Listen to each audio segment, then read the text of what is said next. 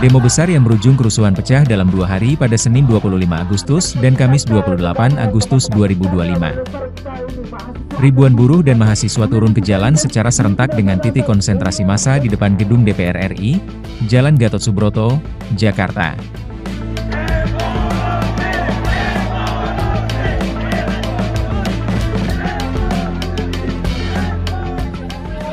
Gelombang aksi massa yang terus berdatangan sejak pagi makin tak terbendung hingga jelang petang hari. Puncaknya pada Kamis malam, pecah kerusuhan besar yang menewaskan seorang ojek online bernama Afan Kurniawan.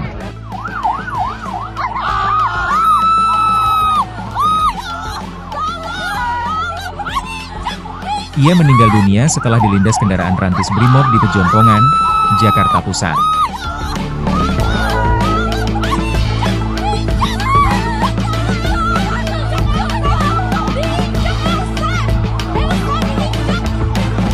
Pecahnya aksi demonstrasi besar-besaran ini dipicu kemuakan publik terhadap tingkah pola para anggota dewan saat berjoget ria mengikuti iringan lagu daerah, Sajojo dan Famire di sesi penutupan sidang yang dihelat pada Jumat, 15 Agustus 2025. Terlebih joget para anggota dewan itu didasarkan pada rasa senang mereka atas kado istimewa dari pemerintah.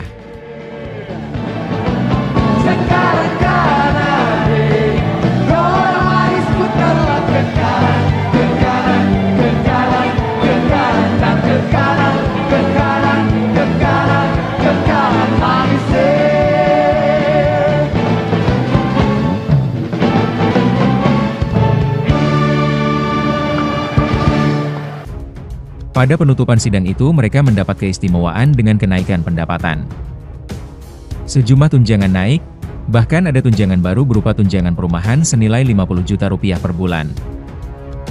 Bahkan, Wakil Ketua DPR Adis Kadir menyatakan, tunjangan rumah sebesar 50 juta rupiah itu masih kurang untuk membiayai kos dengan asumsi harga 3 juta rupiah per hari. Yang pasti, jika ditotal, pendapatan dari gaji dan tunjangan ini mencapai lebih dari 100 juta rupiah per bulan. Rakyat kecewa lantaran aksi joget-joget itu dilakukan di tengah kondisi ekonomi sulit yang dihadapi rakyat hari ini. Rakyat tengah terbebani kesulitan ekonomi, tapi justru anggota DPR mendapat keistimewaan dengan kenaikan pendapatan. Sejak itu, aksi turun ke jalan tak terbendung. Lo ngomongin gue bodo amat. Lo ngehina gue bodo amat. Lo munafik.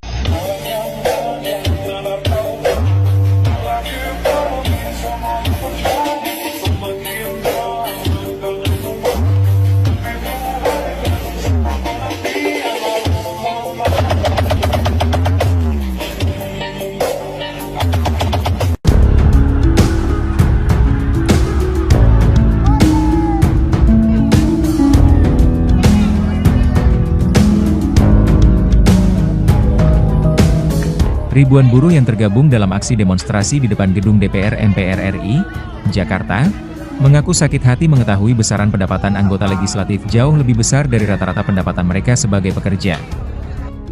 Presiden Partai Buruh, Said Iqbal, menyebut saat ini rata-rata gaji buruh secara nasional hanya sekitar 3 juta rupiah per bulan. Dalam hal ini besaran gaji buruh terbesar sekitar 5 jutaan rupiah per bulan, bagi mereka yang bekerja di sekitar Jakarta dan Bekasi. Sementara itu, setiap anggota DPR bisa membawa pulang sekitar 104 juta rupiah per bulan.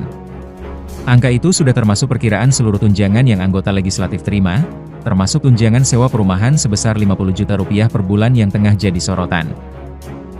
Jika dibandingkan upah rata-rata buruh di Indonesia yang hanya sekitar 3 juta rupiah per bulan dengan besaran pendapatan anggota DPR sebesar 104 juta rupiah per bulan, Said menyebut selisih besaran upah mereka bisa 35 kali lipat. Inilah yang kemudian membuat hati buruh sakit hati. Belum lagi, menurutnya untuk meminta kenaikan upah minimal sebesar Rp200.000 per bulan saja mereka perlu melakukan aksi unjuk rasa hingga berhari-hari. Sementara anggota DPR yang sedari awal sudah dapat upah besar, masih mendapatkan tambahan tunjangan baru.